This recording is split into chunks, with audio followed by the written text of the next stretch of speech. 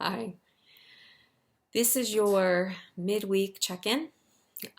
This is our second full week of sheltering in place. And last week I was rushing around and kind of riding on the anxiety and the energy from that anxiety.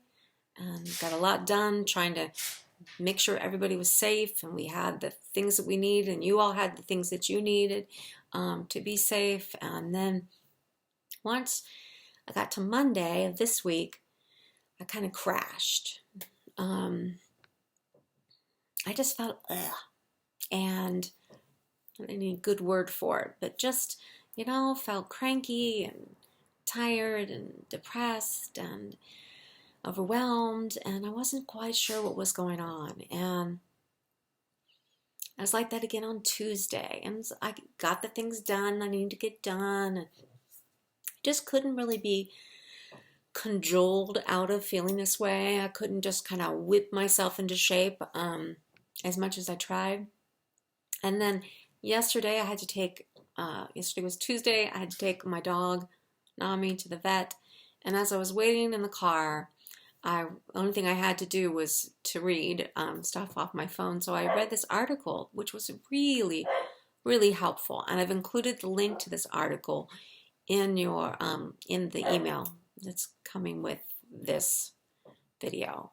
And it talks about how this feeling we can't quite name is a collective grief. And that there is really kind of unprecedented, that this is an experience we're having that everyone around us is having. It may not look the same, but everybody is sharing in this grief. It's a grief of knowing what to expect the next day.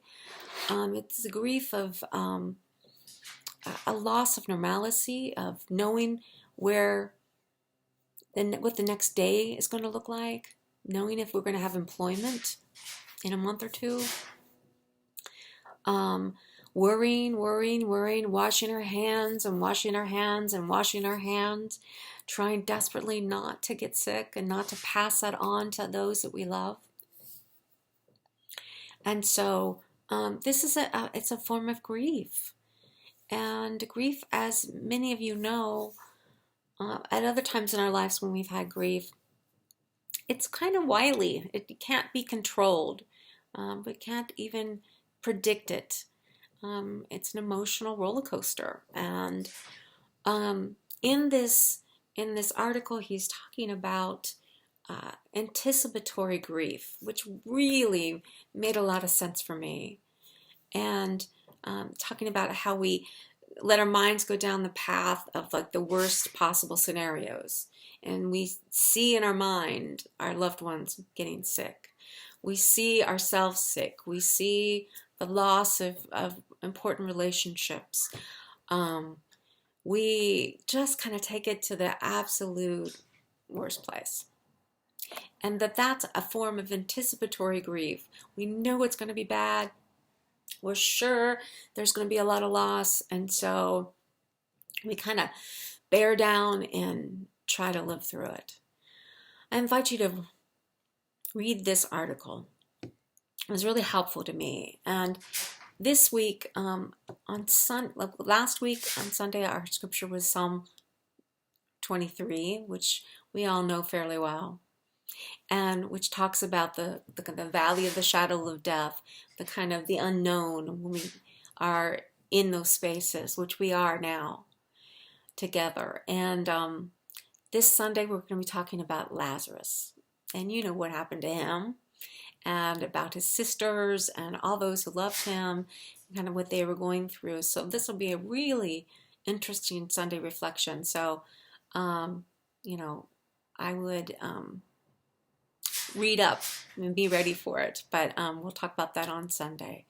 So I just want you to know that you are loved, that you are cared for, that if there's anything you need, please reach out to your community. We will meet again on Sunday. online to share how we're doing and have a prayer time.